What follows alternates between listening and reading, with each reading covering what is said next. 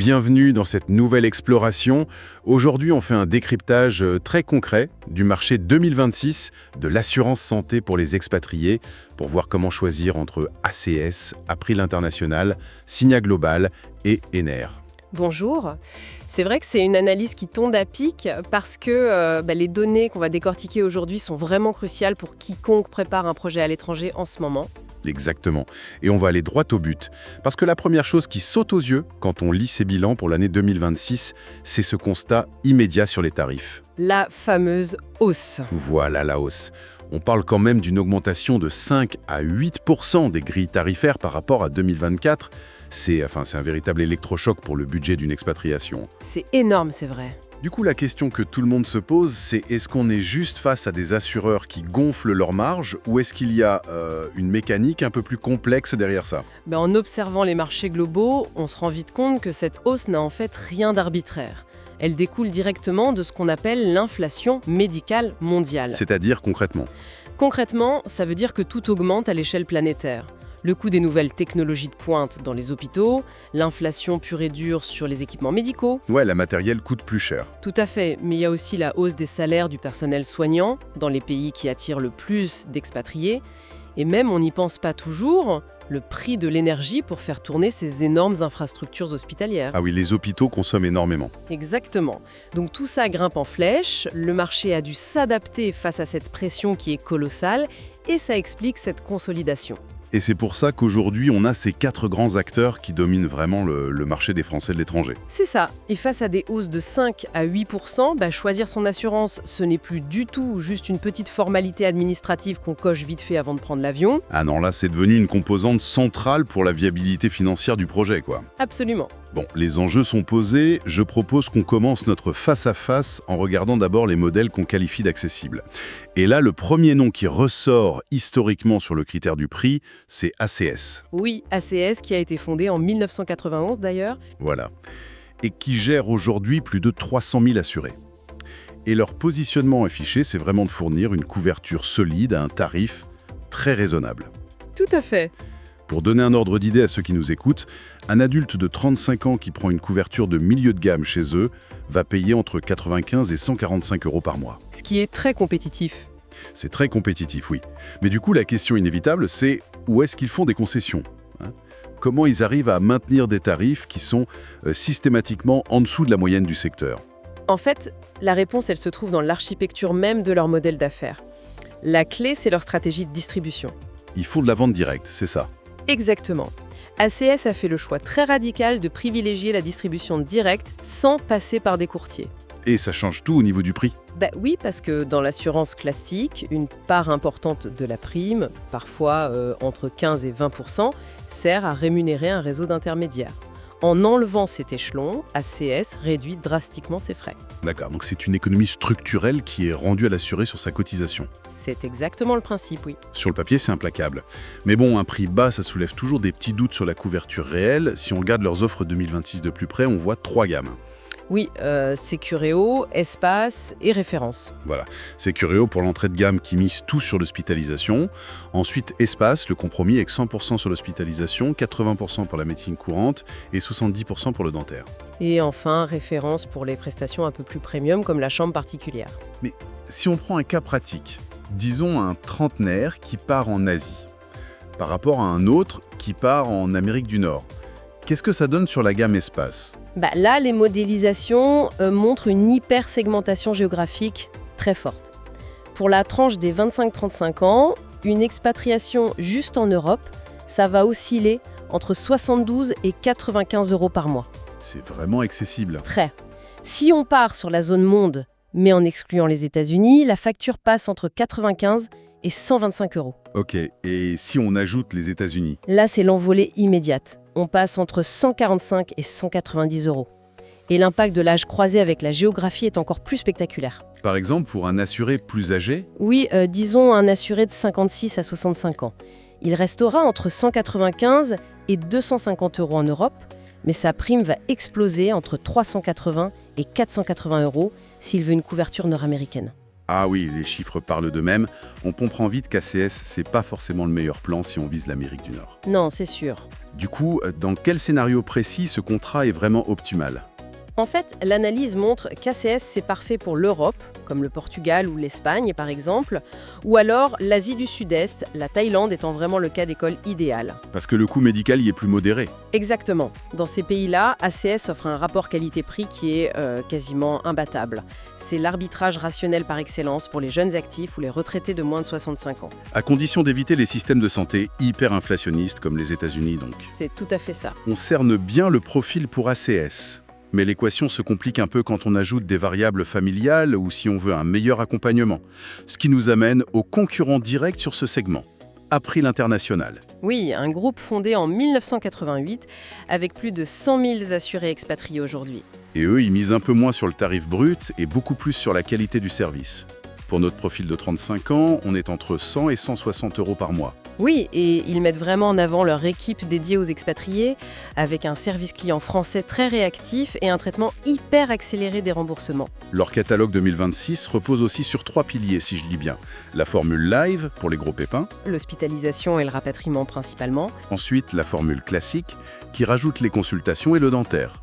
Et la formule exclusive pour une prise en charge totale.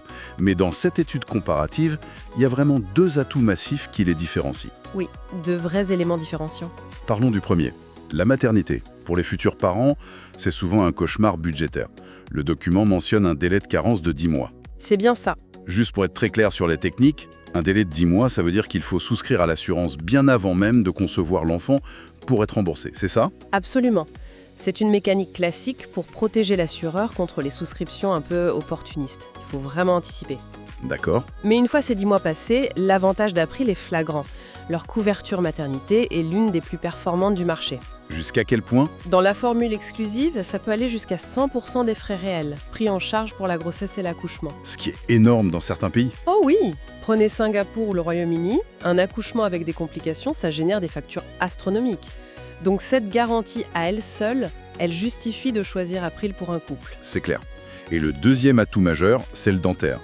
Chez ACS ou NR, le plafond est souvent autour de 600 ou 800 euros par an, mais April, sur sa formule classique, propose un plafond à 1200 euros. Oui, 1200 euros par an, incluant les prothèses. C'est un beau chiffre, mais concrètement, est-ce que c'est un vrai bouclier si on a besoin d'un implant dans un pays cher?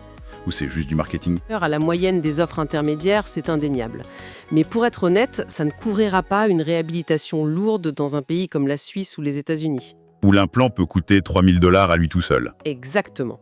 Par contre, pour des soins courants, des couronnes ou des petits traitements, ça offre une marge de manœuvre vraiment très confortable. Donc le positionnement d'April est clair, c'est le partenaire idéal pour les familles ou ceux qui ont un projet bébé. Oui, ou même simplement les assurés qui valorisent un service client fluide et une bonne assistance plutôt que de chercher l'économie maximale sur la prime. Bon, la différence entre ACS, le champion du prix, et April, le champion du service familial, est bien établie. Passons maintenant au segment supérieur, le premium. Un tout autre monde, oui. Oui, avec des contraintes différentes. Et là, on a le rouleau compresseur américain Cigna Global. Fondé en 1865, 1,5 million d'assurés. La puissance de frappe est énorme.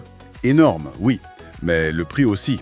Un trentenaire va payer entre 160 et 240 euros par mois juste pour la gamme de base, le plan Essential.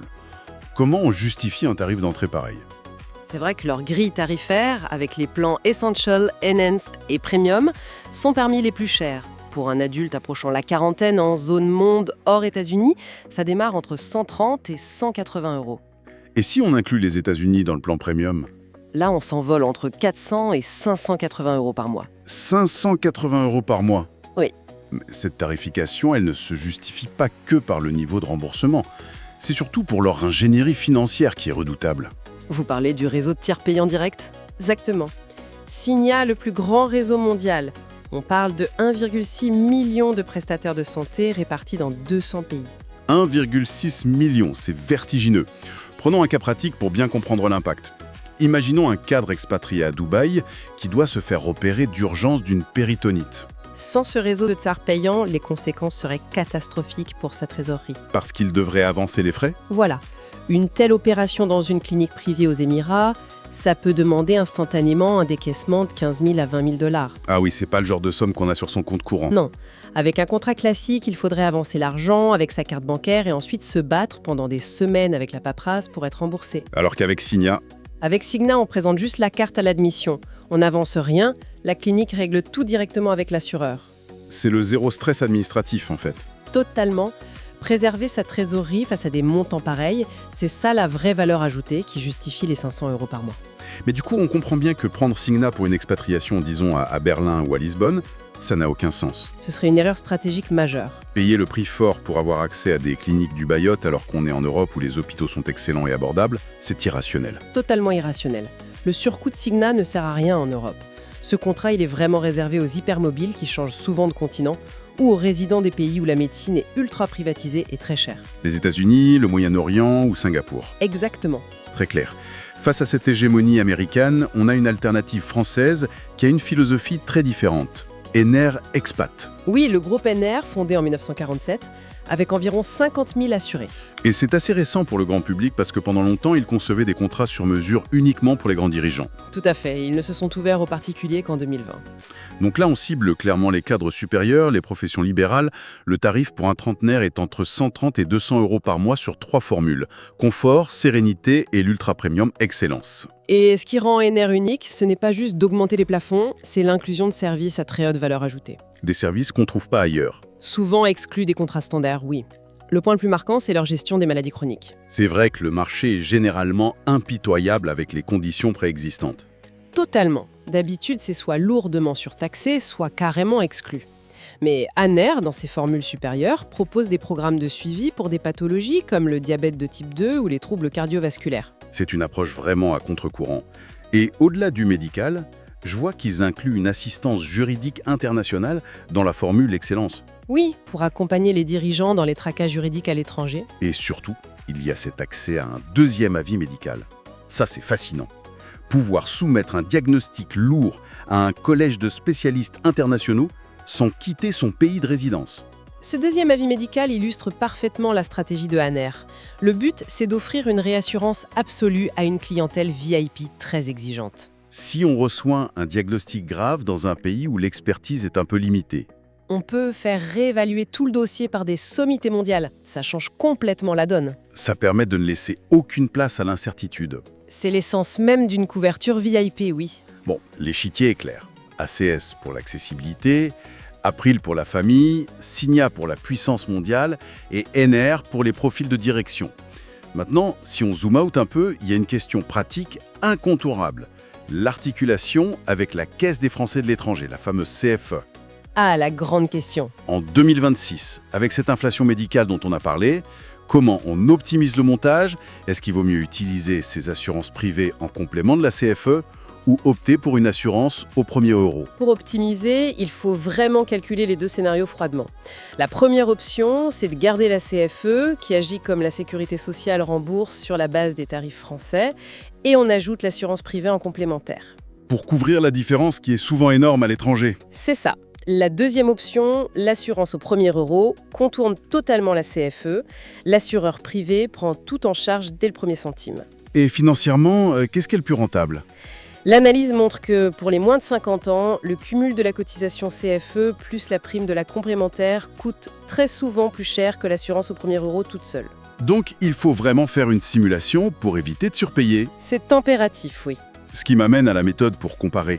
Comment naviguer dans ce maquis de chiffres sans se tromper? La méthode infaillible, c'est la comparaison à isopérimètre. C'est-à-dire demander un devis avec exactement les mêmes paramètres. Exactement. Regarder les plaquettes commerciales, ça n'a aucune valeur. Il faut figer les variables, l'âge exact, le pays de résidence, la zone de couverture et le niveau précis de garantie. Et on demande ça à chaque assureur. Oui, ACS a un algorithme en ligne très rapide. Après, elle préfère un formulaire suivi d'un appel. Signa a un configurateur complexe. Mais c'est seulement en comparant ces devis standardisés qu'on voit le vrai coût. La rigueur est la seule boussole. On arrive à la fin de cette analyse, mais avant de conclure, au vu de l'inflation de 5 à 8% en 2 ans, est-ce que ça ne soulève pas une réflexion plus vaste? Si, Et c'est une perspective un peu vertigineuse. Avec des coûts qui grimpent aussi vite, on peut légitimement se demander si demain, le choix de la destination d'expatriation ne sera pas dicté par le coût de l'assurance santé plutôt que par les opportunités de carrière. Ça fait réfléchir tous ceux qui préparent leurs valises. Surtout avec l'IA qui pourrait bientôt ajuster dynamiquement les primes selon les données de vie locale. Ça pourrait sonner le glas de la mutualisation traditionnelle des risques. Pour plus d'informations, consultez l'article détaillé dans la description.